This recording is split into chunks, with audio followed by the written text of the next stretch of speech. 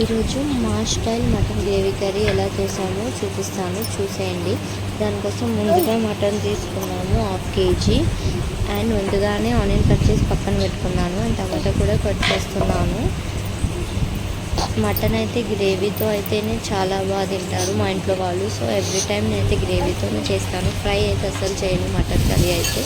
So cooker తీసుకొని అందులో కావలసినంత ఆయిల్ వేసి ఆనియన్ వేసి బాగా ఉడికిన తర్వాత మటన్ వేసి కొంచెం సాల్ట్ వేసి 1 or 2 విజిల్స్ వచ్చేంత వరకు ఉడకనివ్వాలి. ఉడికిన తర్వాత మూత ఓపెన్ చేసి కలిపి దాంట్లో కావలసినంత అల్లం వెల్లుల్లి పేస్ట్, పసుపు వేసి బాగా మిక్స్ చేసుకోవాలి. మిక్స్ చేసి కాసేపు ఉడకనివ్వాలి. కాసేపు అలా ఉంచాలి. ఈ ప్రాసెస్ అంతా నేను సిమ్లో పెట్టే చేస్తున్నాను, ఎందుకంటే ఎక్కువ ఫ్లేమ్ పెట్టి చేస్తే ఈజీగా మాడిపోతుంది కాబట్టి. దాని తర్వాత మెల్లిగా మళ్ళీ కొంచెం కారం, తగినంత సాల్ట్ వేసి మళ్ళీ ఒకసారి కలిపేసేయాలి. కలిపేసిన తర్వాత కొంచెం ఉడికిన తర్వాత అందులో ముందుగా కట్ చేసిన టమాటా వేసి బాగా కలపాలి.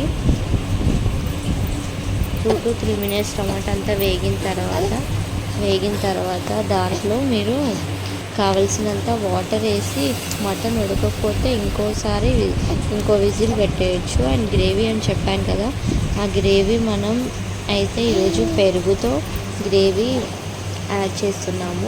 దానికోసం 1/2 cup పెరుగు తీసుకున్నాను. బాగా మిక్స్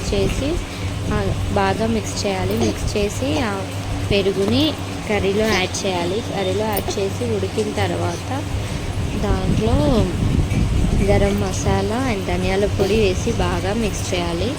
మిక్స్ చేసి ఒక 2 to 3 minutes అలా ఉంచితే మన టేస్టీ మటన్ గ్రేవీ కర్రీ అయితే రెడీ అవుతుంది. టేస్ట్ చెప్తున్నాను కదా, చాలా బాగుంటుంది. మీరు పెరుగు తినని వాళ్ళైతే పెరుగు ప్లేస్లో కాజు పేస్ట్ వేయండి. కాజు పేస్ట్ చేసినా చాలా బాగుంటుంది. చూడండి ఎంత బాగుందో, ఎంత కలర్ఫుల్గా ఉందో, అంత టేస్టీగా కూడా ఉంది. మీరు కూడా ట్రై చేసి కామెంట్ చేయండి ఎలా వచ్చిందో. అండ్ మా వీడియోని లైక్ చేయండి, కామెంట్ చేయండి, సబ్స్క్రైబ్ చేయండి. నెక్స్ట్ ఏ వీడియో పెట్టాలో కూడా కామెంట్ చేయండి. దాన్ని బట్టి నెక్స్ట్ వీడియో అప్లోడ్ చేస్తాను. టేస్ట్ అయితే చాలా బాగా వచ్చింది. దాంతోపాటు ఆనియన్ కర్రీతో ఆనియన్ పెట్టుకొని తింటే ఇంకా